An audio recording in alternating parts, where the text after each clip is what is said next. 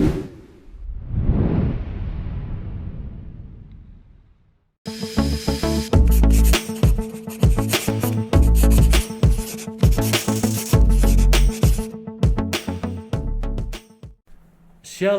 Bapak Ibu, Saudara sekalian yang dikasihi Tuhan. Senang sekali pada malam hari ini kita kembali berkumpul di program Sapaan Rohani dari Badan Pelayanan Nasional Pembaharuan Karismatik Katolik Indonesia.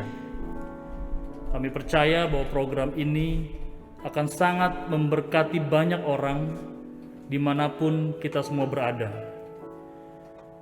Dan sekali lagi kami juga tidak bosan-bosannya untuk mengundang Bapak Ibu Saudara sekalian untuk mendukung pelayanan ini dengan memberikan persembahan kasih melalui rekening yang sudah ditampilkan di monitor maupun juga yang akan dicantumkan di dalam deskripsi, di kolom deskripsi. Dan biarlah kita disegarkan oleh firman Tuhan, kita boleh bersuka cita di dalam pujian dan penyembahan pada malam hari ini. Karena kita percaya pada saat kita naikkan pujian, Allah bertahta di atas pujian kita dan Dia melepaskan berkat-Nya untuk kita semua. Pada malam hari ini, pewartaan akan dibawakan oleh Romo Andang SJ. Biarlah kita membuka hati selebar-lebarnya untuk firman Tuhan. Dan khususnya di masa-masa sulit ini, biarlah kita semakin dekat kepada Dia yang sanggup memberikan pengharapan yang kita butuhkan dalam hidup ini. Mari Bapak Ibu Saudara sekalian, kita buka persekutuan kita, sapaan rohani kita pada malam hari ini dengan tanda kemenangan Kristus. Dalam nama Bapa dan Putra dan Roh Kudus. Amin. Bapa di dalam surga, kami mengucap syukur dan berterima kasih untuk kebaikan-Mu, untuk rahmat-Mu yang sungguh berlimpah di dalam kehidupan kami. Terima kasih Tuhan, kalau pada malam hari ini kami boleh dikumpulkan kembali untuk sapaan rohani, di mana kami boleh merasakan indahnya kasih Tuhan. Kami boleh merasakan indahnya bersekutu di dalam Engkau. Walaupun kami terpisah ruang dan waktu mungkin Tuhan, tetapi kami percaya bahwa kuasa-Mu tidak terbatas oleh apapun juga.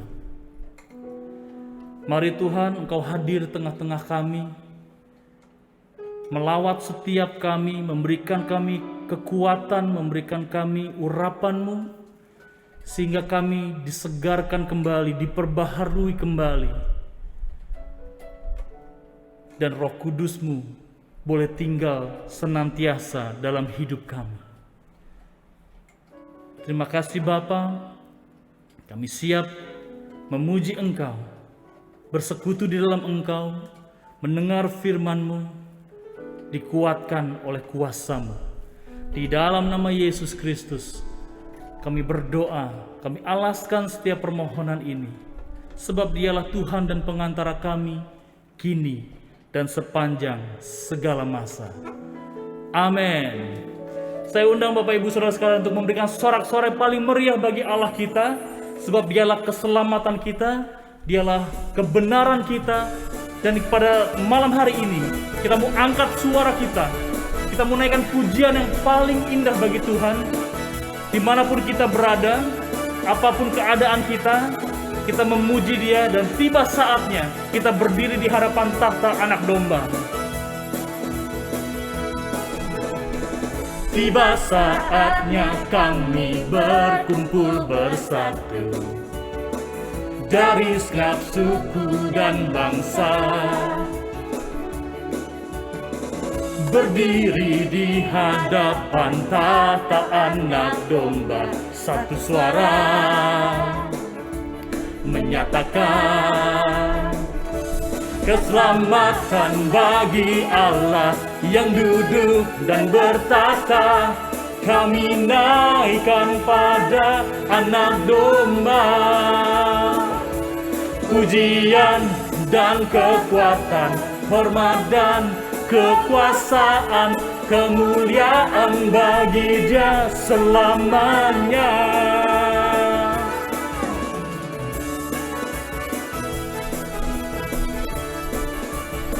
Inilah kami Tuhan, tiba saatnya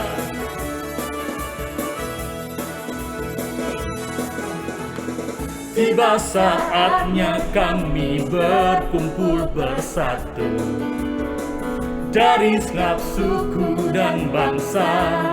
Kami mau berdiri bagimu Tuhan, berdiri di hadapan tahta Anak Domba. satu suara kami mau menyatakan keselamatan bagi Allah yang duduk dan bertata. Kami naikkan pada Anak Domba pujian dan kekuatan, hormat dan kekuasaan, kemuliaan bagi Dia selamanya. Keselamatan bagi Allah yang duduk dan bertata. Kami naikkan pada Anak Domba pujian dan kekuatan, hormat dan kekuasaan, kemuliaan bagi Dia selamanya. Kemuliaan bagi Dia, kemuliaan bagi Dia, kemuliaan bagi Dia selamanya. Berikan sorak-sorai paling meriah bagi Allah kita, sebab Dialah yang bertahta di atas setiap pujian kita. Amin. Kami bersyukur Tuhan, sungguh berterima kasih karena Engkau sungguh baik dalam kehidupan kami.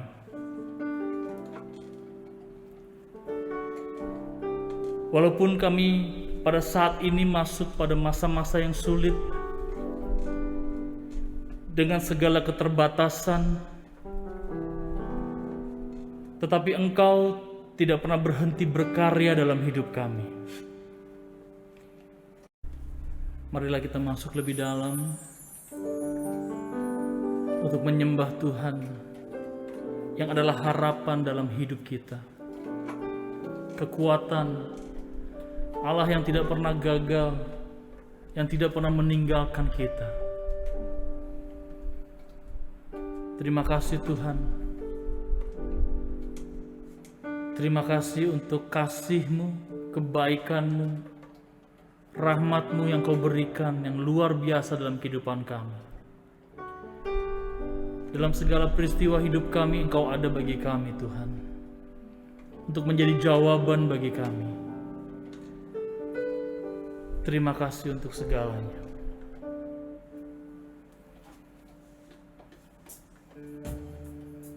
Kami angkat lagu ini sebagai doa kami, pengharapan kami.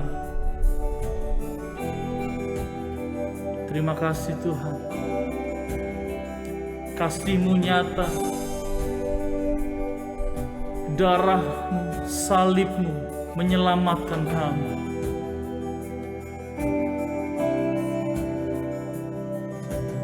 Kasih-Mu, nyata dalamku, Kau pegang hidupku dalam tangan-Mu. Darah-Mu, salib-Mu tebus hidupku. Nama-Mu berkuasa, sanggup bangkitkan. Harapanku di dalam-Mu, hanya Kau Yesus kuatku. Ku percaya, ku ku aman dalam-Mu.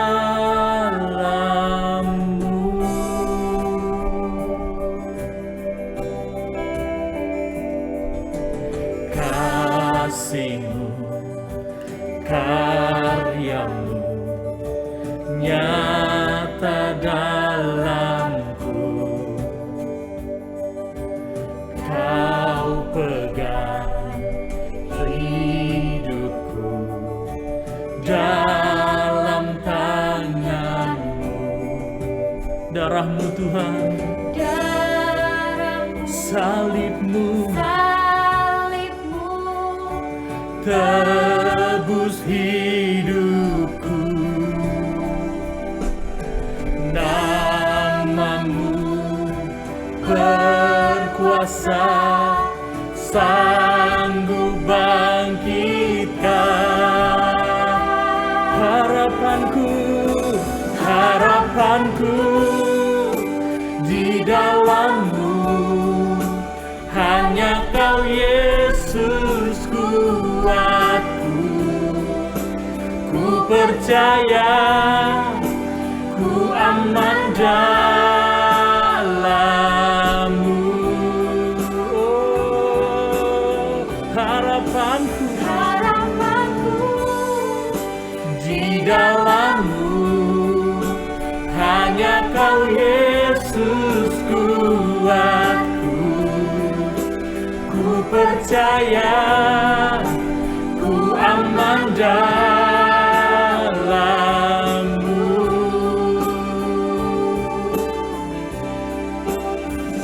Oh, kami aman di dalam Engkau Tuhan. Engkau Allah yang tak pernah gagal. Kami memuji-Mu Tuhan, bersyukur kepadamu. Tak pernah gagal rencana-Mu, terangi jalanku, kuasa-Mu sempurna. Pengharapanku takkan hilang, sebab masa depanku Kau sediakan. Tak pernah gagal rencana-Mu, terangi jalanku, kuasa-Mu sempurna. Pengharapanku takkan hilang, sebab masa depanku dalam-Mu.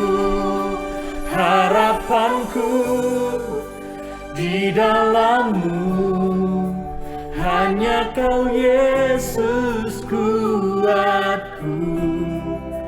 Ku percaya ku aman dalam-Mu.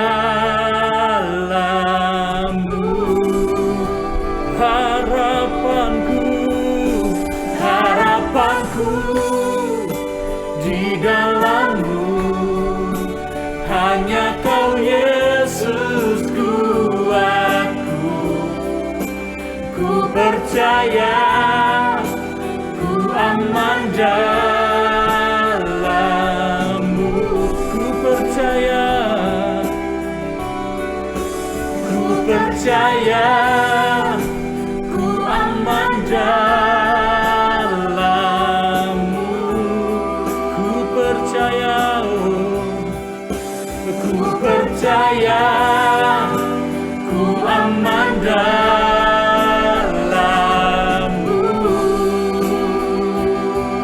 Oh,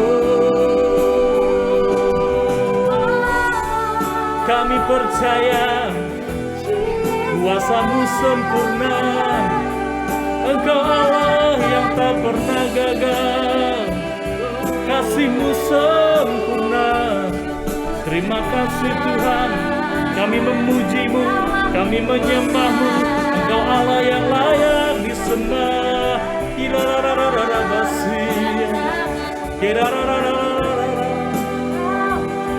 Yesus Tuhan.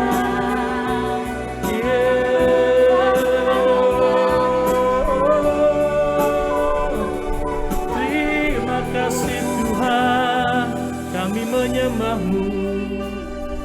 kami memuji-Mu, bersyukur padamu.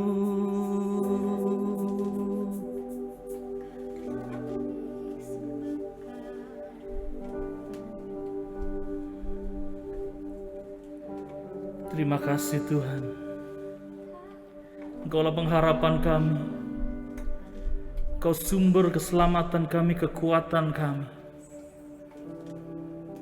Masa depan kami ada di dalam tangan-Mu, dan kuasa-Mu yang sempurna terus melingkupi kami, menemani perjalanan hidup kami. Di setiap musim, di setiap peristiwa kehidupan kami, Engkau ada bagi kami, untuk terus memberikan kami kekuatan dan pengharapan yang kami butuhkan. Terima kasih Tuhan. Dan secara khusus malam hari ini kami akan mendengarkan kebenaran firman Tuhan yang akan diwartakan melalui Romo Andang Binawan. Biarlah firman-Mu melawat setiap kami, menguatkan kami, dan setiap yang kami dengar ini boleh menjadi rema dalam kehidupan kami. Berbicaralah Tuhan, kami akan mendengarkan.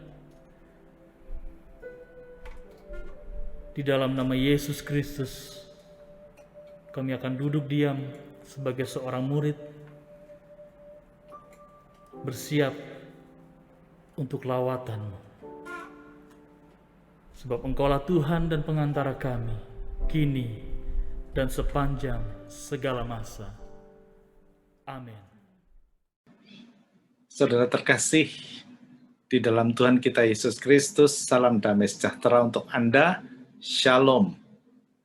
Saya Romo Andang Binawan dalam kesempatan kali ini ingin mengajak kita semua untuk merenungkan makna ujian-ujian kita di dalam hidup. Terutama kan kita sekarang ini sungguh-sungguh sedang diuji dengan pandemi yang katakanlah hanya terjadi setiap sekali dalam satu abad. Di dalam sejarah kemanusiaan memang ada beberapa pandemi di mana banyak korban, tapi juga bukan hanya korban jiwa, melainkan juga ujian-ujian yang dirasakan bagi kita semua, baik sebagai manusia maupun sebagai orang beriman. Maka saya ingin mengajak merenungkan dan melihat itu dari kacamata kita semua sebagai orang beriman. Karena kita tahu bagaimana Tuhan bagi kita adalah Tuhan yang begitu besar yang kadang-kadang tidak terpahami. Dan bukan tidak mungkin dengan segala macam hal yang kita alami, meskipun sangat berat sebenarnya Tuhan mempunyai maksud. Disitulah saya akan men-sharingkan beberapa hal yang saya ingat dari Alkitab dan tentunya dari permenungan kita terkait dengan ujian-ujian berat pada masa pandemi ini. Maka supaya sharing saya menjadi lebih gampang diikuti, saya ingin share screen dan dengan demikian nanti juga Anda bisa membaca beberapa teks dari kitab suci yang bisa Anda cermati lebih baik.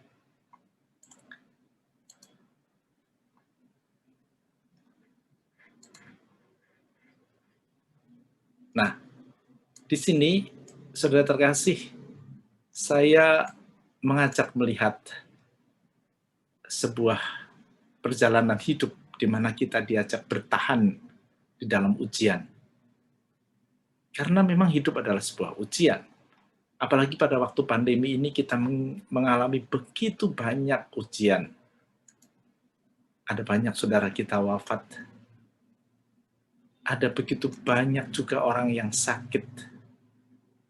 Ada situasi ekonomi yang mencekam karena memang seperti yang kita lihat, pusat-pusat perbelanjaan yang menjadi indikator dari kegiatan ekonomi sepi. Tetapi juga kita disibukkan dengan segala macam masalah karena kita mungkin work from home. Tetapi work from home bagi kita menjadi suatu yang sungguh tidak gampang juga, terutama yang mempunyai anak kecil, bukan? Seperti yang ada di dalam gambar ini, anak-anak butuh juga perhatian. Anak-anak ingin diperhatikan, maka lalu dalam arti tertentu merecokin. Yang sudah agak besar pun belum bisa belajar sendirian, sehingga kalau kita mau bekerja dari rumah, ya konsentrasi harus dibagi antara bekerja dengan memperhatikan anak-anak. Belum lagi situasi di dalam masyarakat, segala macam usaha menjadi tidak berjalan. Bukan hanya itu, tetapi juga bahkan PHK, di mana banyak orang menjadi sungguh menderita, membutuhkan uluran tangan dari orang lain. Dan kita sendiri dalam hidup sehari-hari menjadi direpotkan dengan segala macam tanda petik aksesori baru di dalam hidup kita, masker atau juga face shield, di mana kita sebenarnya pada dasarnya sungguh khawatir dengan segala macam situasi yang kita hadapi. Kita khawatir terpapar, kita takut dengan kematian, bahkan lalu curiga pada orang lain. Ini pada dasarnya adalah sesuatu yang sangat berat, tetapi kita mencoba melihatnya dari kacamata iman. Apa yang sebenarnya Tuhan kehendaki dari segala macam hal yang terjadi ini? Kita bertanya. Nah, pada poin inilah saya ingin membagikan apa yang coba saya renungkan ketika saya membaca Alkitab. Dan terutama ketika saya membaca apa yang dikatakan Yesus seperti tertera di dalam Injil Yohanes bab 15 ayat 1. Dikatakan begini, "Akulah pokok anggur yang benar dan Bapa-Kulah pengusahanya. Setiap ranting padaku yang tidak berbuah dipotongnya, dan setiap ranting yang berbuah dibersihkannya, supaya ia lebih banyak berbuah." Jadi, rupanya Tuhan memang ingin agar kita itu berbuah. Dan supaya berbuah, maka ranting-ranting itu dibersihkan.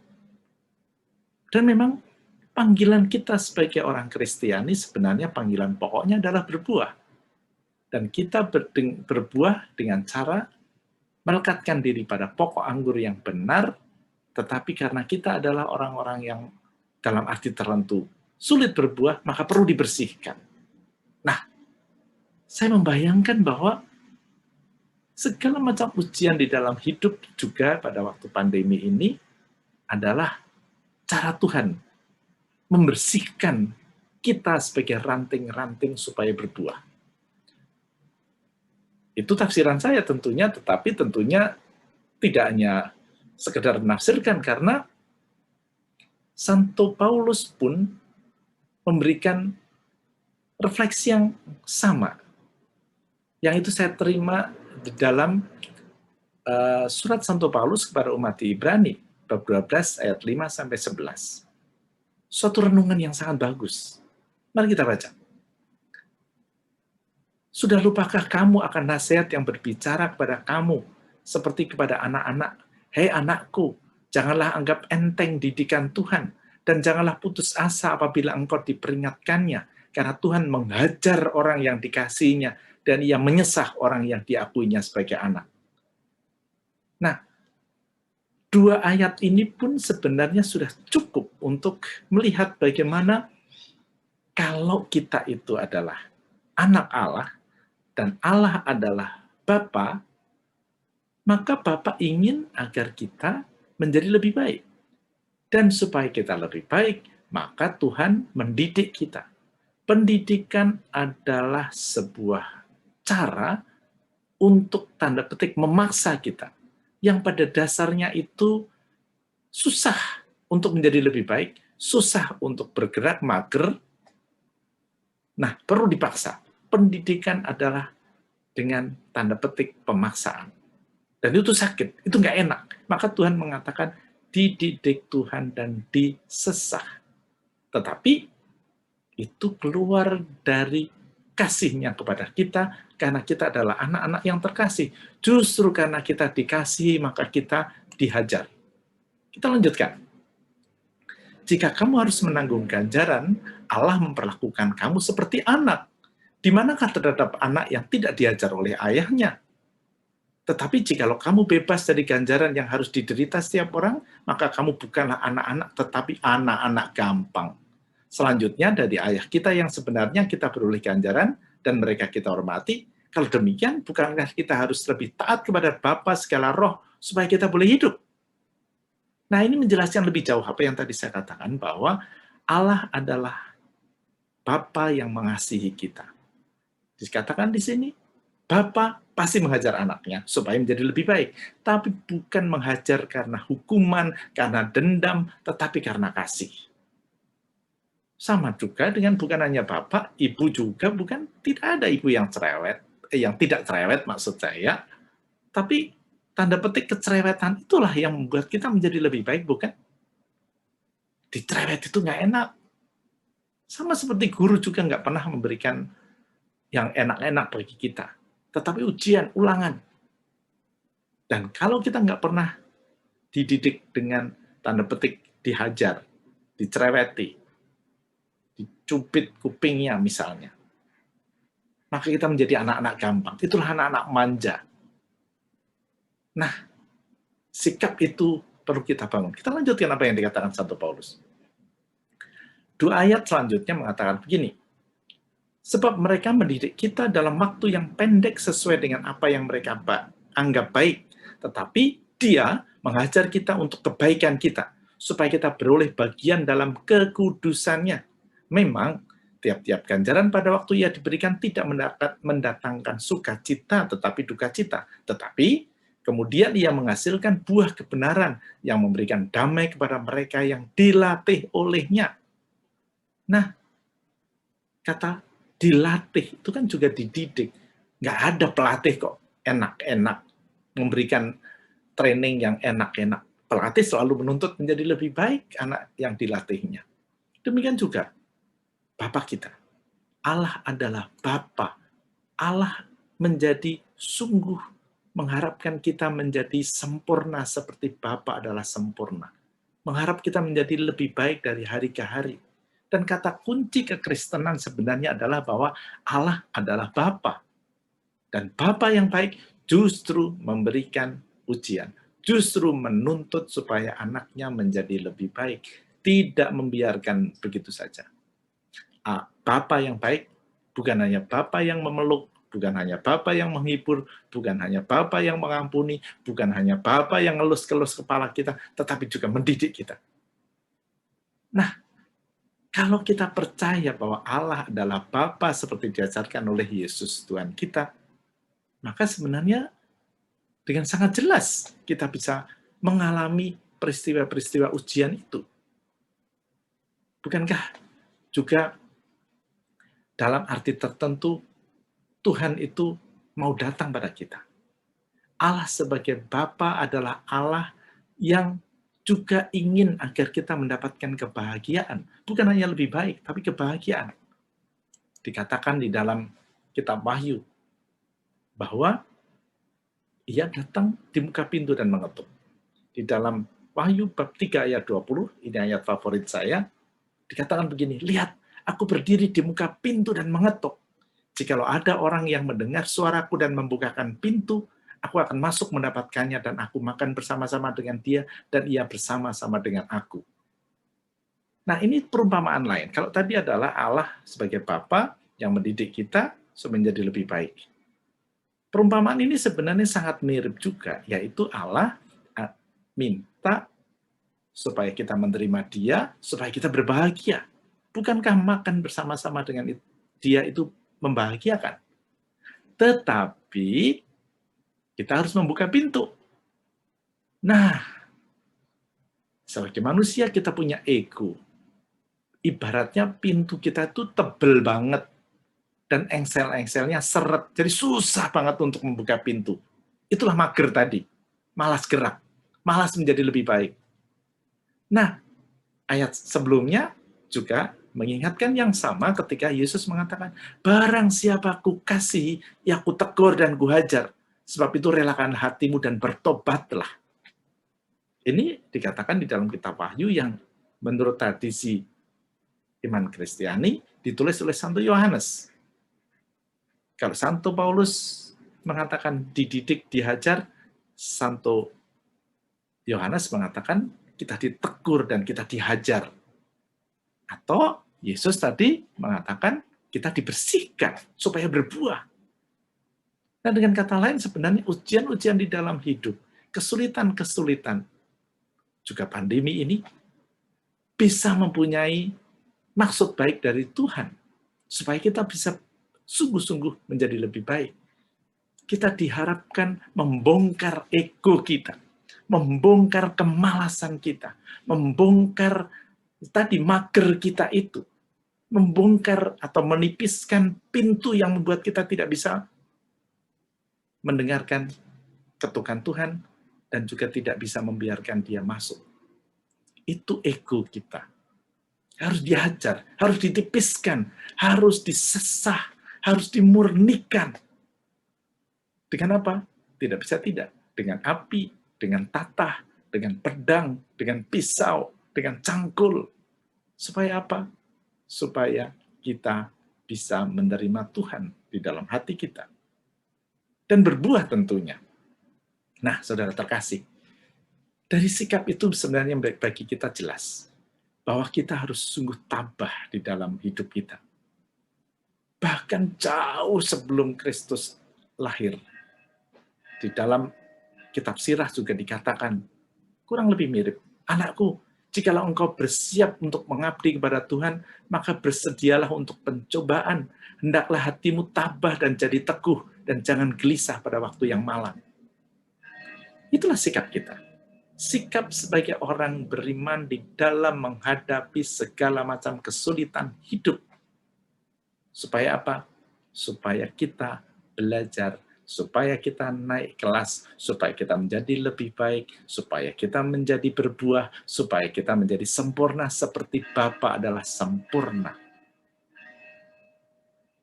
Ada sebuah pepatah yang sangat saya sukai ketika dikatakan begini. The difference between school and life. In school, you are taught a lesson, then given a test. In life, you are given a test, then teaches you a lesson.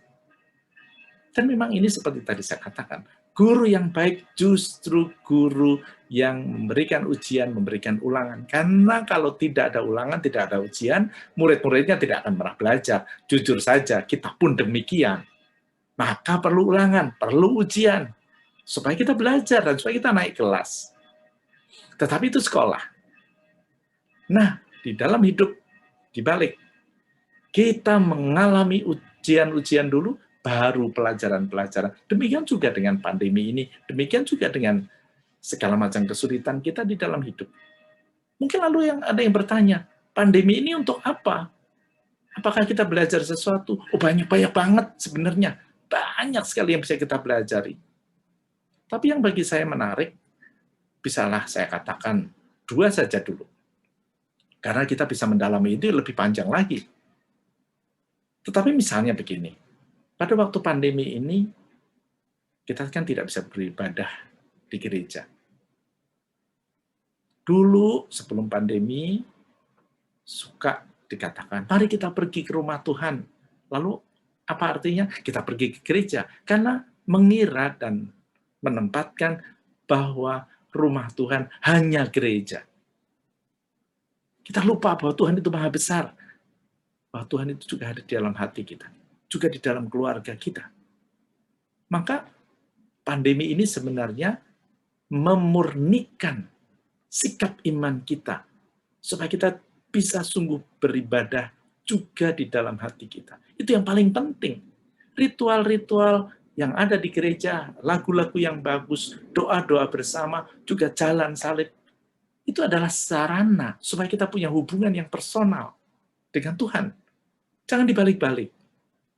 Itulah pemurniannya. Itu kita dihajar supaya kita ingat yang paling penting adalah hubungan kita dengan Tuhan.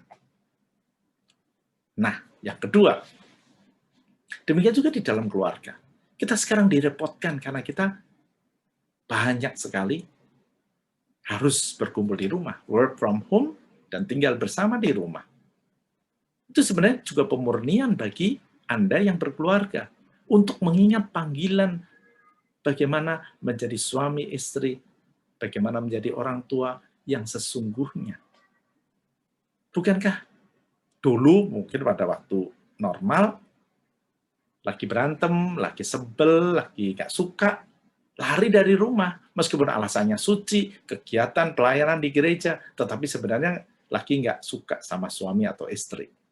Nah, sekarang dimurnikan. Bisakah setia dalam suka dan duka, dalam untung dan malang, dalam sehat maupun sakit? Demikian juga dalam konteks pendidikan anak-anak. Jangan mengira dan salah sangka bahwa tugas pendidikan, karena kita sudah bayar kepada sekolah, ditempatkan pada sekolah. Sekarang anak-anak di rumah, sebenarnya juga mau diingatkan, hei ibu bapak, ingat panggilan mendidik anak itu pada orang tua, bukan pada sekolah. Sekolah itu secondary, itu supporting system. Nah, kita dimurnikan, kita diajar supaya menjadi lebih baik. Maka ibu bapak, teman-teman, saudara-saudara, rekan-rekan semuanya, mari kita bertahan.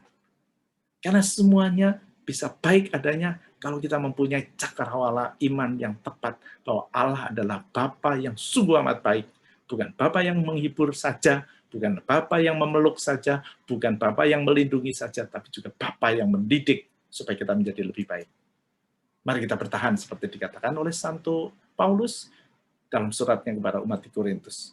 Pencobaan-pencobaan yang kamu alami ialah pencobaan-pencobaan biasa yang tidak melebihi kekuatan manusia. Sebab Allah setia dan karena itu Ia tidak akan membiarkan kamu dicobai melampaui kekuatanmu. Pada waktu kamu dicobai, Ia akan memberikan kepadamu jalan keluar sehingga kamu dapat menanggungnya. Maka saudara terkasih, berbekal iman seperti itu, mari kita bersama-sama bertahan. Selamat bertahan dengan penuh harapan Tuhan memberkati. Amin. Dan sekarang mari kita akhiri dengan doa singkat. Dalam nama Bapa dan Putra dan Roh Kudus. Amin. Allah Bapa yang Bapa ngasih, kami bersyukur atas kasih-Mu yang begitu besar. Kami adalah anak-anak-Mu yang ingin menjadi lebih baik. Maka bukalah hati kami, bukalah nurani kami, supaya mampu mendengarkan ketukan dan didikan-Mu, sehingga kami bukan hanya bertahan, tapi juga melihat sesuatu yang baik dan belajar untuk sungguh-sungguh menjadi sempurna seperti Engkau adalah sempurna. Bimbinglah kami, kuatkanlah kami, lindungilah kami, dan tentunya terangilah kami supaya kehendak-Mu yang terjadi bukan kehendak kami, sehingga hidup kami sungguh menjadi pujian bagi-Mu kini dan sepanjang masa. Amin. Dalam nama Bapa dan Putra dan Roh Kudus. Amin. Sampai jumpa, Tuhan memberkati. Puji nama Tuhan, kita sudah mendengarkan firman Tuhan. Terima kasih untuk Romo Andang yang sudah boleh menguatkan kita semua dengan lawatan firman. Dan biarlah melalui firman itu kita semua boleh dikuatkan oleh kebenarannya. Saya percaya bahwa program ini sangat memberkati banyak orang. Oleh karena itu saya mau mengajak buat Bapak Ibu Saudara sekalian untuk terus mengikuti program ini setiap hari Kamis dan Sabtu pukul 21. Dan boleh subscribe, like, dan share channel ini ke banyak orang sehingga semua orang boleh merasakan sapaan Tuhan dan menjadi berkat bagi hidup mereka. Marilah kita tutup persekutuan kita, sapaan rohani kita pada malam hari ini dengan pujian ini. Kita percaya bahwa Tuhan Yesus sungguh baik dalam kehidupan kita, kasih-Nya nyata, dan Dia ada terus bersama dengan kita. Mari naikkan pujian ini dengan penuh sukacita dan sorak-sorak. Yes Lord. Terima kasih Tuhan.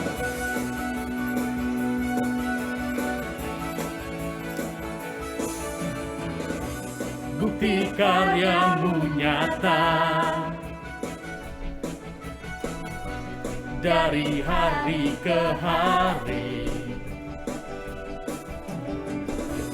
Besar cinta-Mu nyata dari generasi ke generasi. Kau angkat sakitku, Kau angkat beban hidupku.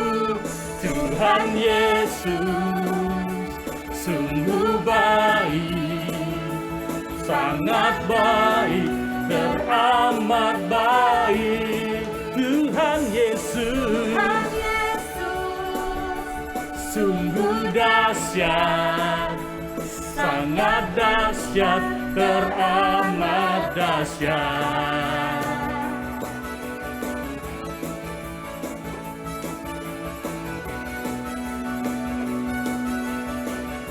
Kami mau menyatakan Tuhan, bukti karya-Mu nyata dari hari ke hari. Besar cinta-Mu nyata dari generasi ke generasi. Kau angkat sakitku, Engkau yang angkat beban setiap kami Tuhan. Kau angkat beban hidupku. Kami nyatakan, Tuhan Yesus, sungguh baik, sangat baik, teramat baik, Tuhan Yesus. Tuhan Yesus, Sungguh-sungguh dahsyat, sangat dahsyat, teramat dahsyat, Tuhan Yesus. Tuhan Yesus, Sungguh baik, sangat baik, teramat baik, Tuhan Yesus. Tuhan Yesus, Sungguh dahsyat, sangat dahsyat, teramat dahsyat. Sungguh dahsyat, teramat dahsyat. Sungguh dahsyat, sungguh dahsyat, teramat dahsyat.